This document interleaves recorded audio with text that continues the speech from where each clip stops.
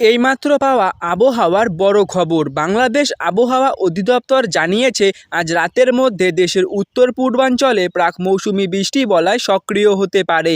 এই বৃষ্টিবলয়ের প্রভাবে দেশের প্রায় 40-50% এলাকায় কালবৈশাখী ঝড়ের সঙ্গে বজ্রসহ শিলাবৃষ্টিপাতের সম্ভাবনা রয়েছে। বাংলাদেশ ও সংলগ্ন গাঙ্গেয় পশ্চিমবঙ্গ এলাকায় একটি ঘূর্ণাবর্ত থাকার কারণে পশ্চিমবঙ্গে জলীয় বাষ্প প্রবেশ করছে। রবিবার থেকে কলকাতা ও তার পার্শ্ববর্তী এলাকায় হালকা থেকে মাঝারি বৃষ্টি হতে পারে, সঙ্গে দমকা হাওয়া বইবে। কলকাতায় সর্বাধিক তাপমাত্রা 32 ডিগ্রি এবং সর্বনিম্ন 24-25 ডিগ্রির মধ্যে থাকতে পারে।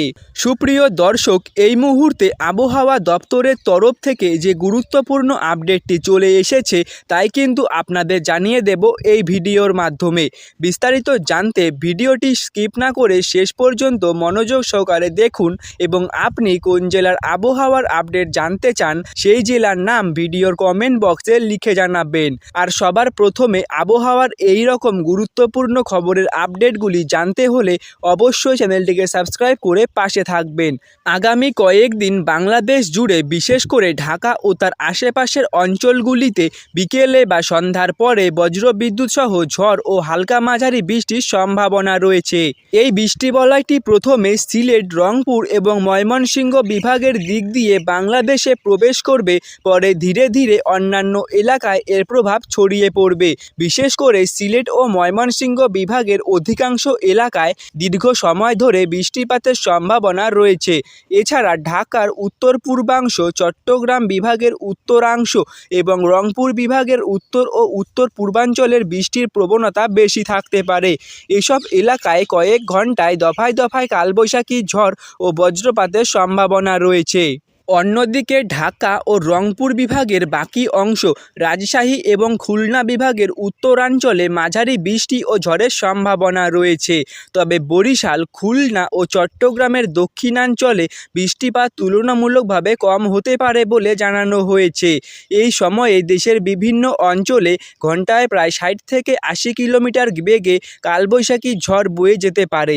পাশাপাশি মাঝারি থেকে তীব্র বজ্রপাত এবং বিচ্ছিন্নভাবে শিলাবৃষ্টির আশঙ্কাও রয়েছে। এ সময় উত্তর বঙ্গোপসাগর কিছুটা উত্তাল থাকতে পারে।